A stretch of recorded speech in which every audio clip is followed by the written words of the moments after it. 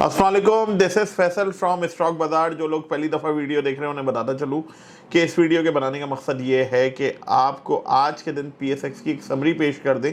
PSX में जो activity हुई है, स्पेशली जो बेंचमार्क होता है केसी 100 इंडेक्स, उसका लो पॉइंट क्या रहा इंडेक्स का, आज हाईएस्ट पॉइंट क्या रहा, वॉल्यूम्स की कुछ बात कर लें, मार्केट क्यों प्रेशर में है, टेक्निकली कैसे लग रही है, अनाउंसमेंट सीज़न है, रिज़ल्ट कब अनाउंस होने वाले हैं, किस कंपनी से क्या एक्सपेक्टेशंस है और आने वाले दिनों में प्रोबेबल डायरेक्शन क्या हो सकती है मार्केट की अकॉर्डिंग टू टेक्निकल एनालिसिस। तो it's a complete educational and informational video. जो लोग पहली दफ़ा वीडियो देख रहे हैं उनसे मैं दरख्वास्त करूंगा कि लाइक और सब्सक्राइब कर लें और शेयर करें इस वीडियो का लिंक अपने उन दोस्तों के साथ जो पीएसएक्स में काम करना चाहते हैं या काम कर रहे हैं।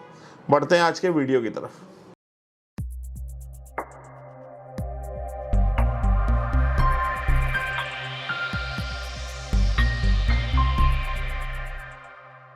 चौदह जुलाई और ब्लड बाथ, लेकिन मार्केट सिर्फ 3.5% डाउन, क्योंकि हम इंडेक्स उस लेवल पे हैं।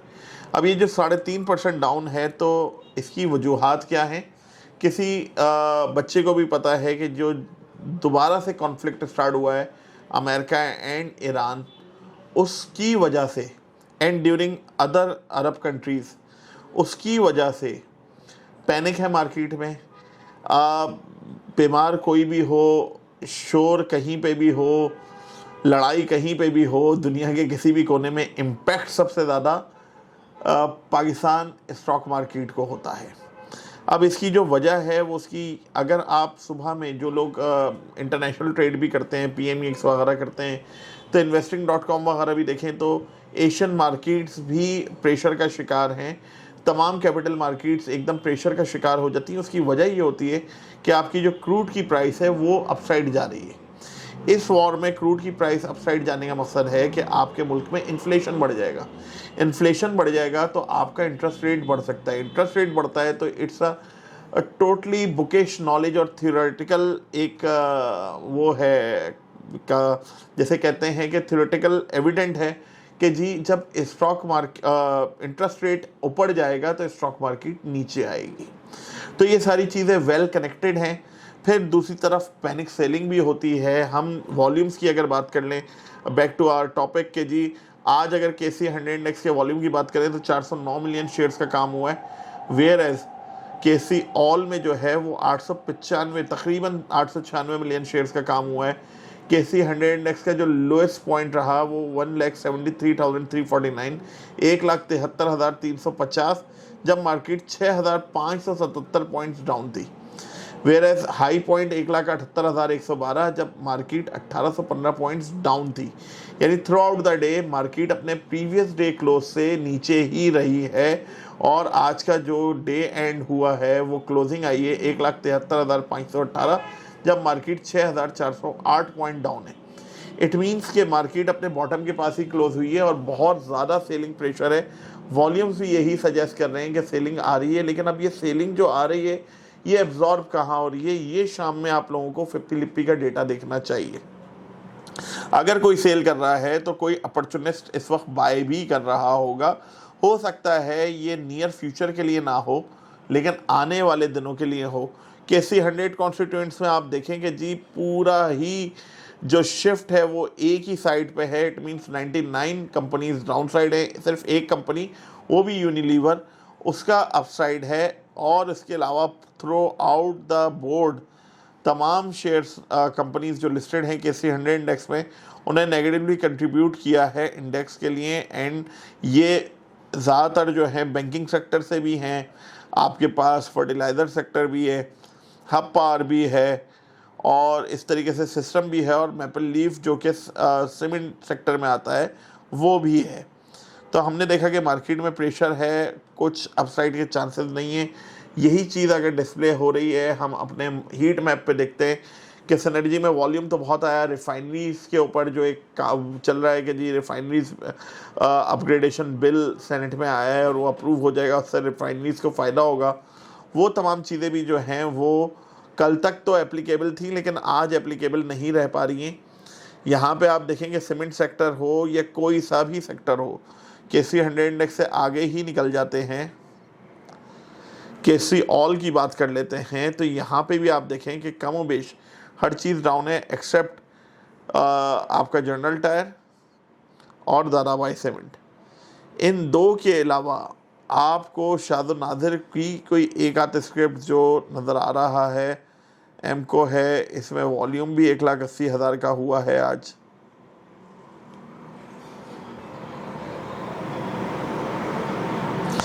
एक मुदारबा है, जूट कोई इसमें थोड़ा सा हमने देखा अपसाइड स्पेस 2 में। तो कहने का मकसद ये है कि बहुत कम कंपनीज हैं कि जिसमें हम अपसाइड देख रहे हैं, वरना इस वक्त तो सिर्फ डाउनसाइड ही डाउनसाइड है।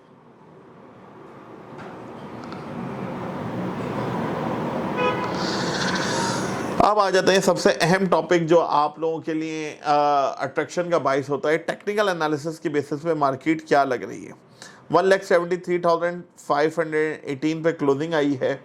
हमारा 1,77,000 से 1,73,000 के दरमियान का जो जोन था वो आ चुका है, लेकिन इसमें भी सेलिंग रुक नहीं रही है। एक्सेप्ट करना चाहिए कि आप जो एनालिसिस कर रहे हो वो मार्केट के साथ कितना ज़्यादा अलाइन है। तो फिल वक्त तो ऐसा लगता है कि फर्दर प्रेशर होगा मार्केट में। एंड इफ़ 171 ब्रेक्स 1,71,000 का लेवल ब्रेक होता है तो हम विटनेस कर सकते हैं 1,68,000, यानी वहाँ से भी फर्दर 3,000 पॉइंट नीचे। अभी जो क्लोजिंग है वो 1,73,518 की है। इट मीन्स हम तकरीबन 2,300 पॉइंट 2,400 पॉइंट्स फर्दर डाउन जाते हैं, तो वहाँ पे हमें एक लास्ट रे ऑफ होप नज़र आ रही है। और अगर वो भी ब्रेक हो जाती है तो हम जो बॉटम बना सकते हैं, इट कुड बी 168 टिल